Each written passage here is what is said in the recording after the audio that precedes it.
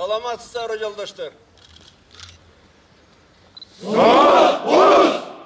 Алмазбек Атамбаевдин демилгеси менен Ички иштер министрлигинин Атайын багыттагы полкунун, Баткен областык Ички иштер башкармалыгынын патрулдук милиция бөлүмүнүн жана медицина кызматкерлеринин кызматтык имаратынын курулушу 2015-жылы башталып, президенттин катышуусунда ачылуу аземи болду.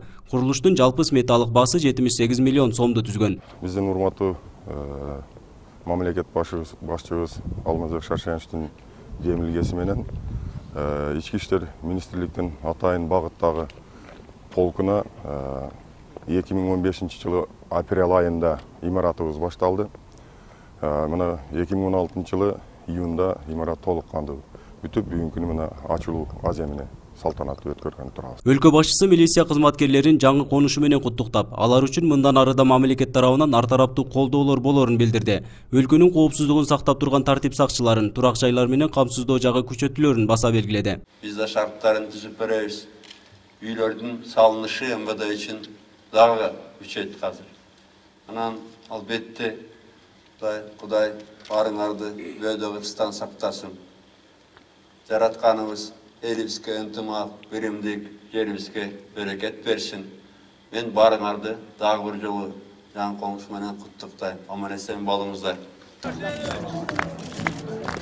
Андан соң президент Алмазбек Атамбаев Чоңкар айылындагы Токтогул орто мектебинин жаңы имаратынын ачылуу аземине да катышты. Жергиликтүү тургундар мамлекет башчынын буга чейинки жолугушуусунда айылдагы мектептин эскилиги жетип, жаңы мектеп куруу керектигин суранышкан болчу.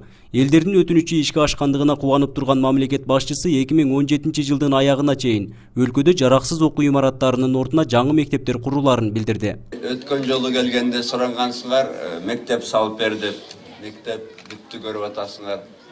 Кудай буйруса, быйыл эмдиги жылы ушук мага президенттик катары 1 жыл калды. 1 жылдын ичинде Кыргызстанда бүт жараксыз болгон мектептер ордуна татынакай жаңы мектептер салынып бүтүрүлөт.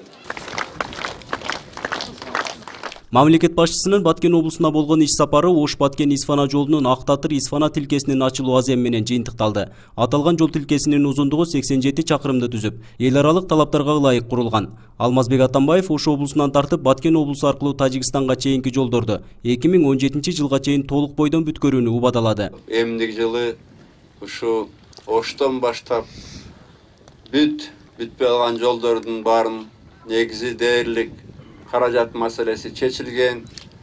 Исфанадан арыдагы Тажикстанга чейин биздин жергебиз менен алып барып бүтүрүп коюш керек. Мен мөөнөтүм бүткөнчө бир ачып кетейин, толук бойдон бүттү деп. Анткени мен үчүн бул чоң барам болот Кудайым. Ош-Баткен-Исфана жолунун 276-368 чакырымы 2013-жылдын июль айында башталып, ушул жылдын 1-ноябрында толук бойдон бүткөрүлгөн. Жолдун курулушун Кытайдын China Road компаниясы аткарып, $85,7 миллион акча каражаты сарпталган. Нургазы Жайнаков, 7 канал, Баткен өкүлчүлүгү.